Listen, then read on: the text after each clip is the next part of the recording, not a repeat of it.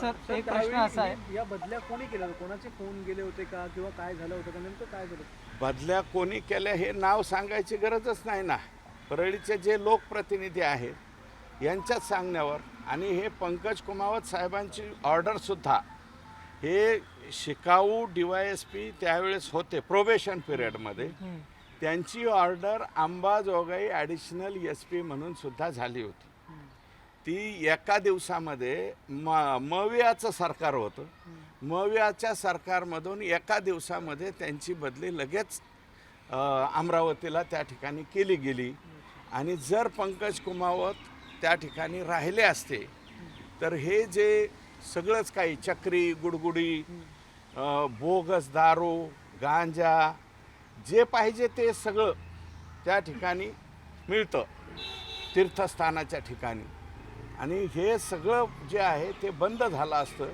हे जे उन्माद ह्या लोकांच्यामध्ये आला, उत्पात केला, इकडं मर्डर झालेत किती. बापू आंधळे गेला, ते बंडू गीते मुंडे, एक गीते पोरगा गेला, आणि आता महादेव मुंडेंना मारून टाकलं, आणि त्याच्यानंतर सगळ्यात शेवटी संतोष देशमुखांचा खून करण्यात आला. म्हणजे हे अगोदर बरेचसे खून जे आहेत ते पचल्यामुळं खून एकाने करायचा, आरोपी दुसरा करायचा, जेलमध्ये तिसरा घालायचा, हे असं सगळं जे आहे. आणि याच्यामध्ये 100% काही पोलीस अधिकारी त्यांचीसुद्धा नावं आम्ही माननीय साहेबांना सांगितले, त्यांचे फोन आणि त्यांचेसुद्धा कॉल डिटेल चेक करावेत अशा प्रकारची मागणी केली. हे नेक्सस चालू आहे अण्णा. प्रकरणामध्ये आपण संतोष देशमुख प्रकरणामध्ये आपण जर पाहिलं तर धनंजय मुंडे यांचा राजीनामा जो आहे झाला होता, परंतु पुन्हा एकदा आपण माणिकराव कोकाटे यांचं कृषी खातं कुठेतरी जात आहे आणि लॉबिंग करताना दिसतात. पुन्हा दिसतात मला मंत्रिपदासाठी. असं काही वाटत नाही, मला असं काही वाटत नाही. त्यांचा तो आटोकाट प्रयत्न चालू असेल, परंतु यांना घेतलं तर सरकारच्या वरतीसुद्धा काही प्रश्न त्या ठिकाणी निर्माण होणार आहेत. हे एक संतोष देशमुख झालं, आता हे आहे बापू आंधळेचं प्रकरण पेंडिंग आहे. बापू आंधळेचा खून कोणी केला आहे, नावं कोणाचे घेतले, हे सगळं हे व्हायला लागलं ना. आता तो जो गीते आहे त्याच्या सौभाग्यवतींनी मला वाटतं हे सगळं सांगितलंय. वारंवार धनंजय मुंडे जे आहेत मुख्यमंत्र्यांची भेट घेतात. आज अजितदादा सुद्धा मग होते, सरकारवरती विश्वास ते त्यांचं काम आहे, ते भेटतील. अजितदादा भेटले असतील, मला वाटतं दादांचं वेगळं काम धनंजय असेल. मुंडे वारंवार भेटतात. ते भेटायचं काम आहे त्यांचं, ते भेटतील. आम्हाला त्याच्याबद्दल काहीच बोलायचं नाही. शेवटी तो त्यांच्या पक्षाचा प्रश्न आहे. परंतु हे सगळं जे घडतंय, संगीत दिघोळेपासून आता हे महादेव मुंडेपर्यंत एकूण मर्डर 13 का 14 झालेत तिथं आत्तापर्यंत. आणि हे सगळे जे कोणाच्या भोवती घुटमळते याचाही विचार करण्याची आवश्यकता आहे. 13 ते 14 मर्डर झालेले आहेत. एवढे 13 ते 14 मर्डर झाले, 2 मर्डरचं आतापर्यंत आपल्याला निदान यशस्वी आपण झालेले आहे, यश मिळालेलं आहे. तर काय वाटतंय बाकीच्या मर्डरच्या संदर्भात देखील एक संयुक्त चौकशी व्हायला पाहिजे? ती फाईल उघडेल का? 100% व्हायला त्या पाहिजे. फाईली उघडतील का परत?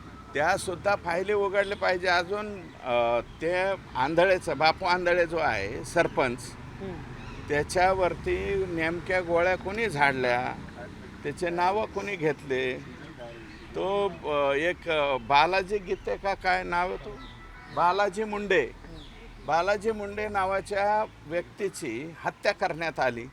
त्याच्यात त्याचा ड्रायव्हर आरोपी करून ठेवला आहे.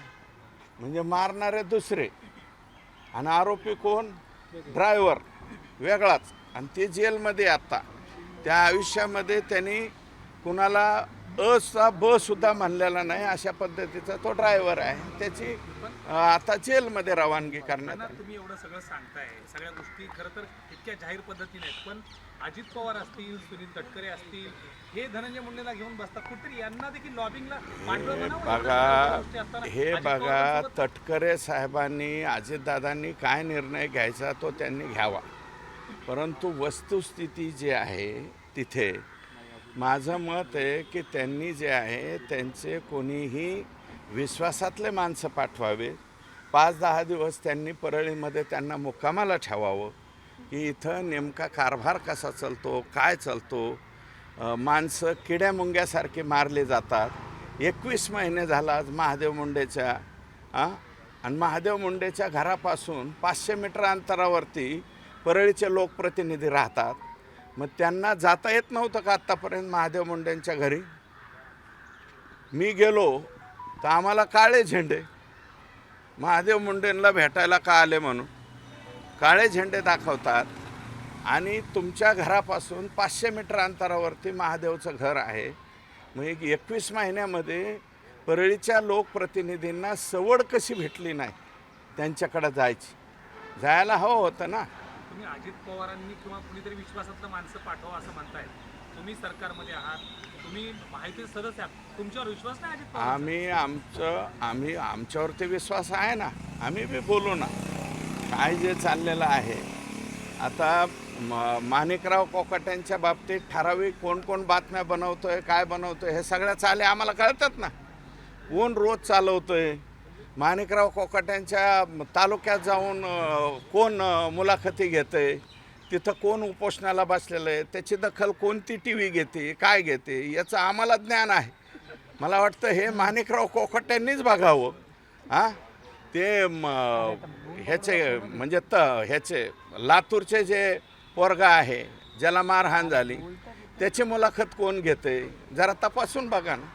त्याच्यावरून कळतंय ना हे आयडिया कोणाचे आहेत, डाव कोणाचे आहेत, गेम कोणाचे आहेत. अण्णा, तुम्ही खालच्या म्हणजे दुसऱ्या फळीतल्या पोलीस अधिकाऱ्यांवर सुद्धा आरोप केले होते की SP बदलले पण खालची यंत्रणा अजूनही त्याच मानसिकतेमध्ये काम करते. हो, आता CM साहेबांनी सांगितलंय की असे जे कोणी लोक आहेत चुकीचे ते तांदळाच्या खड्यासारखे वेचून बाजूला काढा आणि काही लोकांना बीड जिल्ह्याच्या बाहेर सुद्धा पाठवण्याचा निर्णय साहेब, त्यांनी पण घेतला. मुख्यमंत्र्यांनी सांगितलंय की पूर्ण गुन्हेगारी जी आहे ती आम्ही मुळासकट उकळून टाकू. हे काही बघा, plan झाला का आता त्यासंदर्भात? काही प्रमाणात श्वास परळीतल्या लोकांनी सोडलेला आहे, निश्वास. थोडंसं आता परळीमध्ये जे मोठमोठ्याल्या गाड्या आहेत, बुलेट ज्याचं सायरन फोर मोठ्यामध्ये वाजत होतं ते आता वाजायचं कमी झालं आहे. पांढऱ्या शिफीत गाड्या ज्या हिंडवायच्या, हॉर्न वाजवायचे, कोणाच्या बी अंगावर घालायच्या, असे काही प्रकार जे आहेत ते आता जरा थोडेसे थांबले आहेत आणि थोडीशी सुटका परळीच्या झाली. आता एकदा महादेव मुंडेंच्या या प्रकरणाचा तपास लागला, 100% हे काही लोकांच्यावरती मोका लागला आहे. यातलेच महादेव मुंडेंच्या आणि हे बघा 3 घटना एक सलग 3 दिवस केलेल्या आहेत ह्या लोकांनी. पहिल्यांदा पुजारीला मारलं 307, दुसरं संजय सातभाईला मारलं 307, 20 ऑक्टोबर, ही 19 ऑक्टोबर आणि 21 ऑक्टोबरला महादेव मुंडेंचा काटा काढला या लोकांनी. SIT स्थापन झाली सांगाल, मुख्यमंत्र्यांनी आता आदेश दिले SIT स्थापन करण्याचे. मुख्यमंत्री महोदयांनी स्पष्ट आदेश दिलेले आहेत. पंकज कुमावत यांच्या अध्यक्षतेखाली या 3 लोकांची नावं त्या ठिकाणी आणि DG साहेबांना फोन करून सांगितलं. जे निवेदन ज्ञानेश्वरीताई मुंडेंनी त्यांना दिलेलं आहे ते निवेदन तात्काळ त्यांनी जे आहे ते DGंकडे पाठवलं आहे, स्पेशल मेसेंजर पाठवला आहे आणि याची ऑर्डर काढा म्हणून सांगितलं. पुन्हा एक शेवटचा प्रश्न, ज्या पद्धतीने तुम्ही सगळी भूमिका मांडताय, लढा देताय, जर धनंजय मुंडेंना पुन्हा मंत्रिमंडळात घेतलं तर मग तुमची काय भूमिका? त्या लढ्याला अपयश नाही, आम्ही आमच्या पातळीवर माननीय मुख्यमंत्र्यांना जे बोलायचं ते बोलू. त्यांचा पक्ष, त्यांच्या पक्षाचे राष्ट्रीय अध्यक्ष, प्रदेशाध्यक्ष यांना आमचा बोलण्याचा तेवढा नैतिक अधिकार नाही. आमचा नैतिक अधिकार माननीय मुख्यमंत्री महोदयांच्यापर्यंत आहे. हे जे लोक अतिशय चुकीच्या पद्धतीने वागतात त्यांच्या स्वतःच्या मतदारसंघामध्ये इतक्या निर्घुणपणे एका पाठोमागे एक बालाजी मुंडे, बापू आंधळे, महादेव मुंडे, संतोष देशमुख याच्यामध्ये बी यांचेच सगळं सांभाळणारे माणसं आहेत. त्याच्यामुळं आणि जे हे आणि ते माझाच माणूस आहे म्हणणारे यांनाच परत जर संधी द्यायची असेल तर त्या बाबतीमध्ये आम्ही मुख्यमंत्री महोदयांना बोलू.